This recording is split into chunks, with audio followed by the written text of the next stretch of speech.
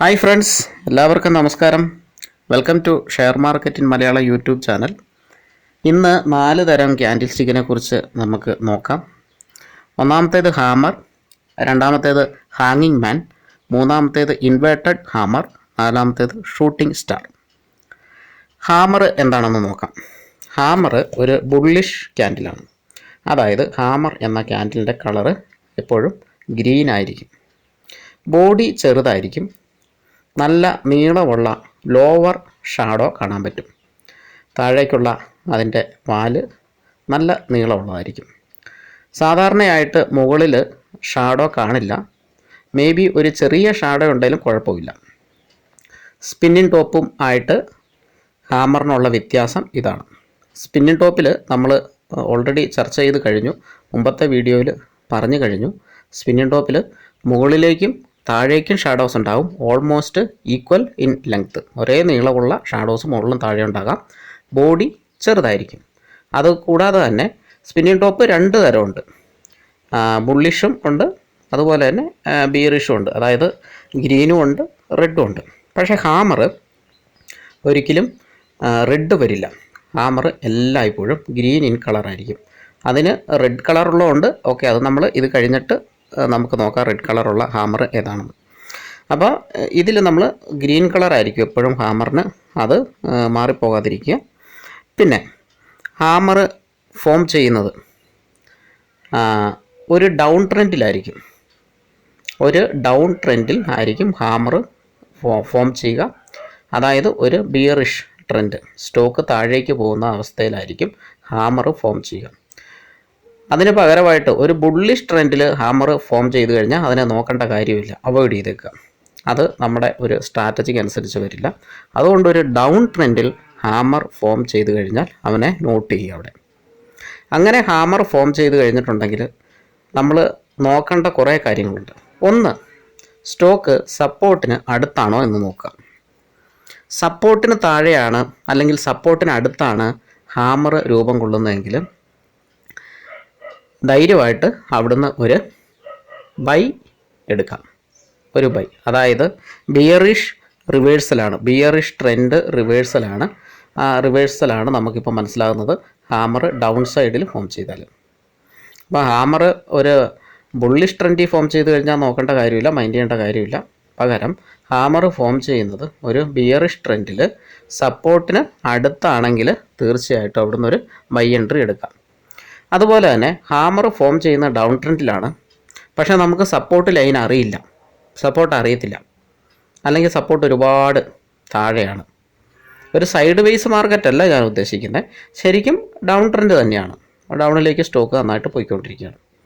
അപ്പോൾ ആ ഒരു സിറ്റുവേഷന് അടുത്തൊന്നും സപ്പോർട്ടില്ല, റെസിസ്റ്റൻറ്റും ഇല്ല, അടുത്ത റെസിസ്റ്റൻറ്റും ഇല്ല, സപ്പോർട്ടും ഇല്ല. അപ്പം അങ്ങനെയുള്ള ഒരവസ്ഥയിൽ ഒരു ഹാമർ ഫോം ചെയ്ത് കഴിഞ്ഞിട്ടുണ്ടെങ്കിൽ നോക്കുക നെക്സ്റ്റ് ക്യാൻഡിൽ ഏതാണെന്ന്.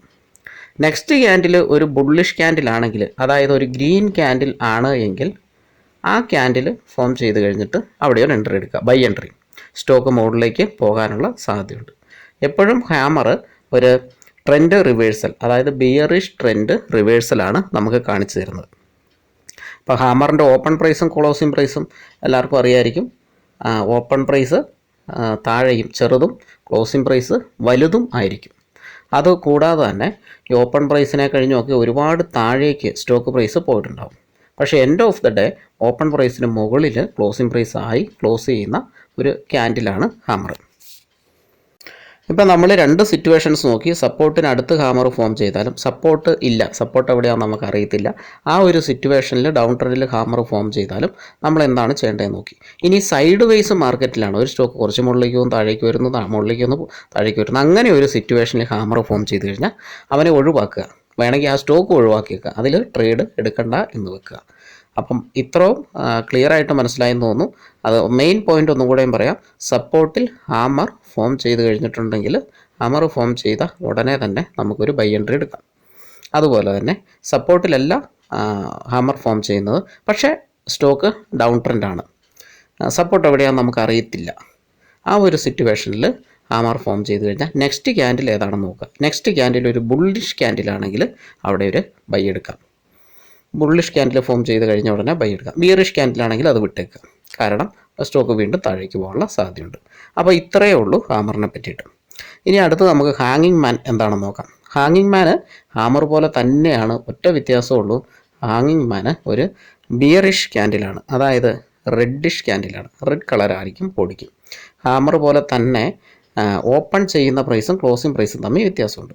ഓപ്പൺ ചെയ്യുന്ന പ്രൈസ് മുകളിലും കൂടുതലും, ക്ലോസ് ചെയ്യുന്ന പ്രൈസ് കുറവും താഴെയായിരിക്കും. അങ്ങനെയാണെങ്കിൽ ഒരു റെഡ് ബോഡി ഫോം ചെയ്യുള്ളൂ. അതുപോലെ തന്നെ ലോവർ ഷാഡോ, താഴേക്കുള്ള ഷാഡോ വളരെ വലുതായിരിക്കും. അതുപോലെ തന്നെ റെഡിഷ് ആണെന്ന് നമ്മൾ പറഞ്ഞു, ഷാഡോ വളരെ വലുതാണ് എന്ന് നമ്മൾ പറഞ്ഞു. ഇത് ഫോം ചെയ്യുന്ന എവിടെയാണെന്ന് നോക്കാം. ഈ ഹാങ്ങിങ് മാൻ ഫോം ചെയ്യുന്നത് ഒരു അപ് ട്രെൻഡിലായിരിക്കും. ഒരു അപ് ട്രെൻഡിൽ ഹാങ്ങിങ് മാൻ ഫോം ചെയ്ത് കഴിഞ്ഞാൽ നമ്മൾ നോക്കേണ്ട കാര്യം അവിടെ ഒരു റെസിസ്റ്റൻ്റ് ഉണ്ടോ എന്നുള്ളതാണ്. അവിടെയോ അതിനടുത്തോ ഒരു റെസിസ്റ്റൻസ് ഉണ്ടോ എന്നുള്ളതാണ്. ഒരു റെസിസ്റ്റൻസ് അതിന് അടുത്ത് ഉണ്ട് എങ്കിൽ, ഹാങ്ങിങ് മാൻ ഫോം ചെയ്ത അടുത്ത് തന്നെ ഒരു റെസിസ്റ്റൻസ് ഉണ്ട് എങ്കിൽ അവിടുന്ന് നമുക്ക് ഒരു സെൽ എൻട്രി എടുക്കാവുന്നതാണ്. വേറെ ക്യാൻഡിലിന് വേണ്ടി വെയിറ്റ് ചെയ്യേണ്ട കാര്യമൊന്നുമില്ല, ഡയറക്റ്റ് നമുക്ക് സെൽ എൻട്രി എടുക്കാം. അതുപോലെ തന്നെ റെസിസ്റ്റൻ്റ് ഇല്ലാത്തയിടത്താണ് ഹാങ്ങിങ് മാൻ ഫോം ചെയ്യുന്നത്. പക്ഷേ അതൊരു അപ് ട്രെൻഡ് ആയിരുന്നു, നല്ല പെർഫെക്റ്റ് ആയിട്ടുള്ള ഒരു അപ് ട്രെൻഡ് ആയിരുന്നു. റെസിസ്റ്റൻ്റ് നമ്മൾ നോക്കുമ്പോൾ കാണുന്നില്ല, റെസിസ്റ്റൻ്റ് ആ ഭാഗത്തൊന്നും ഇല്ല. അങ്ങനെയുള്ള ഒരു സിറ്റുവേഷനിലാണ് ഒരു ഹാങ്ങിങ് മാൻ ഫോം ചെയ്യുന്നതെങ്കിൽ നെക്സ്റ്റ് ക്യാൻഡിൽ ബിയറിഷ് ക്യാൻഡിലാണോ എന്ന് നോക്കുക. നെക്സ്റ്റ് ക്യാൻഡിൽ ബിയറിഷ് ക്യാൻഡിലാണെങ്കിൽ ആ ക്യാൻഡിൽ ഫോം ചെയ്ത് കഴിഞ്ഞ ഉടനെ തന്നെ ഒരു സെൽ എൻട്രി എടുക്കാവുന്നതാണ്. അതേസമയം അതൊരു ബുള്ളിഷ് ക്യാൻഡിലാണെങ്കിൽ അവിടെ എൻട്രി എടുക്കേണ്ട കാര്യമില്ല, അത് ഒഴിവാക്കിയേക്കുക. അപ്പോൾ ഇത്രേ ഉള്ളൂ ഹാങ്ങിങ് മാൻ്റെയും കാര്യം. ഹാമറിൽ നമ്മൾ എന്ത് ചെയ്തോ അതിൻ്റെ നേരെ ഓപ്പോസിറ്റാണ് ഹാങ്ങിങ് മാൻ ചെയ്യുക. അവസാനമായിട്ട് ചെയ്യേണ്ട ഒരു കാര്യം, ഒരു സൈഡ് വൈസ് മാർക്കറ്റിൽ ഹാങ്ങിങ് മാൻ ഫോം ചെയ്താലും ഒഴിവാക്കുക, ആ സ്റ്റോക്കെ ഒഴിവാക്കിയേക്കുക. നമുക്കതിൽ ട്രേഡ് എടുക്കണ്ട. അതിന് പകരം ഒരു ബുള്ളിഷ് സ്റ്റോക്കിലേക്ക് നോക്കുക, അതിൽ ഹാങ്ങിങ് മാൻ ഫോം ചെയ്യുന്നുണ്ടോ എന്ന് നോക്കുക. അതുപോലെ തന്നെ ഹാമർ ഒരു അപ് ട്രെൻഡിൽ ഫോം ചെയ്ത് കഴിഞ്ഞാൽ അതിൽ ട്രേഡ് എടുക്കാതിരിക്കുക. അത് ഒരിക്കലും ഒരു ട്രെൻഡ് കണ്ടിന്യൂഷൻ ആയിരിക്കാൻ സാധ്യതയില്ല. കാരണം ഹാമർ ഒരു ബിയറിഷ് റിവേഴ്സൽ ക്യാൻഡിലാണ്. ബിയറിഷ് ട്രെൻഡിലുള്ള ഒരു സ്റ്റോക്ക് റിവേഴ്സ് ചെയ്യുമ്പോൾ ഫോം ചെയ്യുന്ന ഒരു ക്യാൻഡിലാണ് ഹാമർ. അതുപോലെ തന്നെയാണ് ഈ ഹാങ്ങിങ് മാൻ ഒരു ഡൗൺ ട്രെൻഡിൽ ഫോം ചെയ്ത് കഴിഞ്ഞിട്ടുണ്ടെങ്കിൽ അതിൽ ട്രേഡ് എടുക്കാതിരിക്കുക. അതും ഒരു ട്രേഡ് കണ്ടിന്യൂഷൻ ആകണം എന്നില്ല. കാരണം ഹാങ്ങിങ് മാൻ എന്ന് പറഞ്ഞാൽ കറക്റ്റായിട്ടും ഒരു ട്രേഡ് റിവേഴ്സൽ ക്യാൻഡിലാണ്, അതായത് ഒരു ബുള്ളിഷ് റിവേഴ്സൽ ക്യാൻഡിലാണ്. അടുത്തതായിട്ട് നമുക്ക് ഇൻവേർട്ടഡ് ഹാമറും അതുപോലെ ഷൂട്ടിംഗ് സ്റ്റാറും, ഈ രണ്ട് ക്യാൻഡിൽസും എന്താണെന്ന് മനസ്സിലാക്കാം. ഇവിടെ ക്യാൻഡിൽസ് തമ്മിൽ തെറ്റിപ്പോകാൻ നല്ല സാധ്യതയുള്ളതുകൊണ്ട് ക്ലിയർ ആയിട്ട് ഇത് മനസ്സിലാക്കിയിരിക്കുക. ഇൻവേർട്ടർ ഹാമർ എന്ന് പറയുന്നത് ഹാമർ ക്യാൻഡിൽ ഏതാണോ അതിൻ്റെ നേരെ ഓപ്പോസിറ്റാണ് ഇൻവേർട്ടഡ് ഹാമർ. ഇൻവേർട്ടഡ് ഹാമറിൻ്റെ കളറ് ഗ്രീൻ ആയിരിക്കും, അതായത് അതൊരു ബുള്ളിഷ് ക്യാൻഡിലാണ്. പക്ഷേ അതിൻ്റെ ഷാഡോ മുകൾ സൈഡിലായിരിക്കും. ഹാമറിന് ഷാഡോ താഴെയാണുള്ളത്. ഇൻവേർട്ടഡ് ഹാമറിന് വലിയ നീളമുള്ള ഷാഡോ ബോഡിക്ക് മുകളിലായിരിക്കും, മുകൾ സൈഡിലായിരിക്കും ഷാഡോ ഉണ്ടാവുക. അതുപോലെ തന്നെ ക്ലോസിംഗ് പ്രൈസും ഓപ്പൺ പ്രൈസും ഹാമറിൻ്റേത് പോലെ തന്നെയാണ്. ഓപ്പൺ പ്രൈസ് താഴെയായിരിക്കും, അതിനെ കഴിഞ്ഞ് മുകളിലായിരിക്കും ക്ലോസിംഗ് പ്രൈസ്. ഓക്കെ, ഹാമറിന് എന്തൊക്കെ ഫോളോ ചെയ്തോ ഈ സെയിം സാധനം തന്നെയാണ് ഇൻവേർട്ടഡ് ഹാമറിനും ഫോളോ ചെയ്യേണ്ടത്. കാരണം ഈ ക്യാൻഡിലും ഫോം ചെയ്യുന്നത് ഒരു ഡൗൺ ട്രെൻഡിൻ്റെ ബോട്ടത്തിലായിരിക്കും. അങ്ങനെ ഉണ്ടെങ്കിൽ മാത്രമേ അതിൽ ട്രേഡ് എടുക്കാവുള്ളൂ. സപ്പോർട്ട് ലെവലിലാണെങ്കിൽ ഡയറക്റ്റ് തന്നെ ഒരു ബൈ കോളാണ് എടുക്കേണ്ടത്. അതുപോലെ തന്നെ സപ്പോർട്ടിലല്ല, പക്ഷേ സപ്പോർട്ട് എവിടെയാണെന്ന് നമുക്ക് അറിയത്തില്ല. പക്ഷേ നല്ലൊരു ഡൗൺ ട്രെൻഡായിരുന്നു, ആ ഡൗൺ ട്രെൻഡിൻ്റെ ബോട്ടത്തിലാണ് ഫോം ആയത്.